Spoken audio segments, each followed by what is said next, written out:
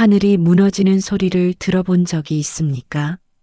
어제까지만 해도 임금의 어깨와 나란히 서서 세상을 호령하던 사내가 오늘 아침 차가운 쇠사슬에 묶여 진흙탕 바닥을 굴러야 하는 이 기막힌 운명을 말입니다.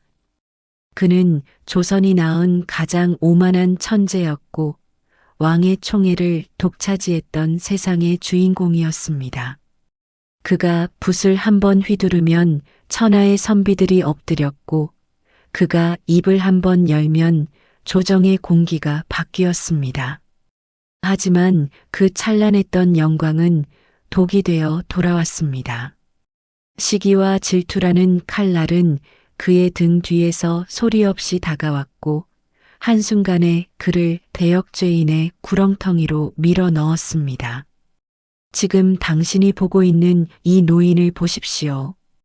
해진 옷 사이로 뼈만 남은 앙상한 몸, 진물 나는 눈을 비비며 멧돼지 울음소리에 밤잠을 설치는 초라한 사내가 정령 조선을 뒤흔들던 그 천재란 말입니까? 그는 지금 바다 건너 거친 섬, 사람의 발길조차 닿지 않는 곳에 갇혀 있습니다. 집 주위에는 사람 키보다 높은 탱자나무 갓이 울타리가 쳐졌습니다. 단 한 발짝도 나갈 수 없고 단 한 명의 사람도 만날 수 없는 산채로 매장당한 무덤. 위리한 칩, 갓이 울타리 안의 감옥입니다. 그는 왜 이런 지옥에 떨어져야 했을까요? 그리고 그는 왜 이 지독한 고독 속에서도 끝내 붓을 놓지 않았던 걸까요? 유배지로 향하는 길은 죽음보다 고통스러웠습니다. 한양에서 제주까지 그 먼 길을 포승줄에 묶인 채 걷고 또 걸었습니다.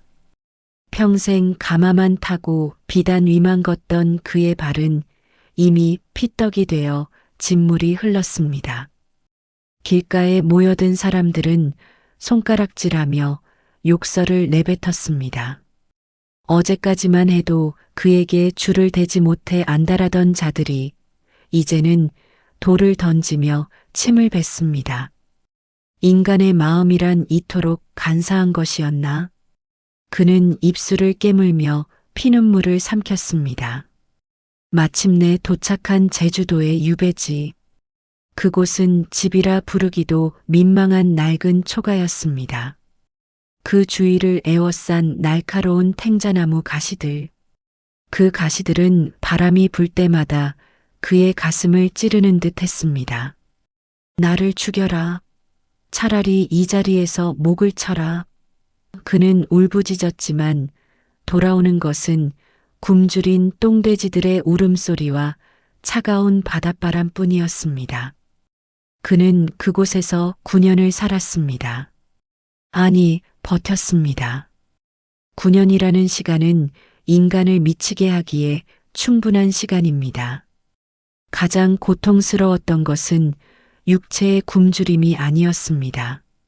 세상으로부터 잊혔다는 공포, 그리고 나를 지탱해 주던 유일한 버팀목들이 하나둘씩 무너져가는 소식이었습니다. 유배 생활 2년째 되던 해 그에게 청천벽력 같은 서신이 날아들었습니다. 평생을 남편의 뒷바라지에 헌신하며 남편이 돌아오기만을 눈물로 기도하던 아내가 세상을 떠났다는 소식이었습니다. 그는 울 수조차 없었습니다. 아내가 죽어가는 그 순간에도 그는 가시 울타리에 갇혀 아내의 차가운 손 한 번 잡아주지 못했습니다. 내가 잘났다고 휘둘렀던 그 붓 한 자루가 내 아내의 목숨보다 귀했단 말이냐? 내가 배운 그 알량한 학문이 내 가족의 눈물 하나 닦아주지 못한단 말이냐? 그는 자신의 손을 돌로 내려치고 싶었습니다. 아내가 죽고 나서야 그는 비로소 자신이 얼마나 보잘것없는 존재인지 깨달았습니다. 천재라는 이름 뒤에 숨어있던 오만한 껍데기가 비로소 깨지기 시작한 것입니다. 눈이 점점 침침해졌습니다.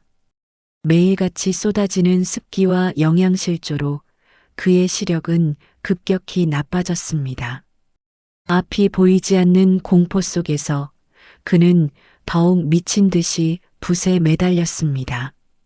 먹을 갈 물이 없어 눈물을 받아 먹을 갈았고 종이가 없어 땅바닥에 글을 썼습니다.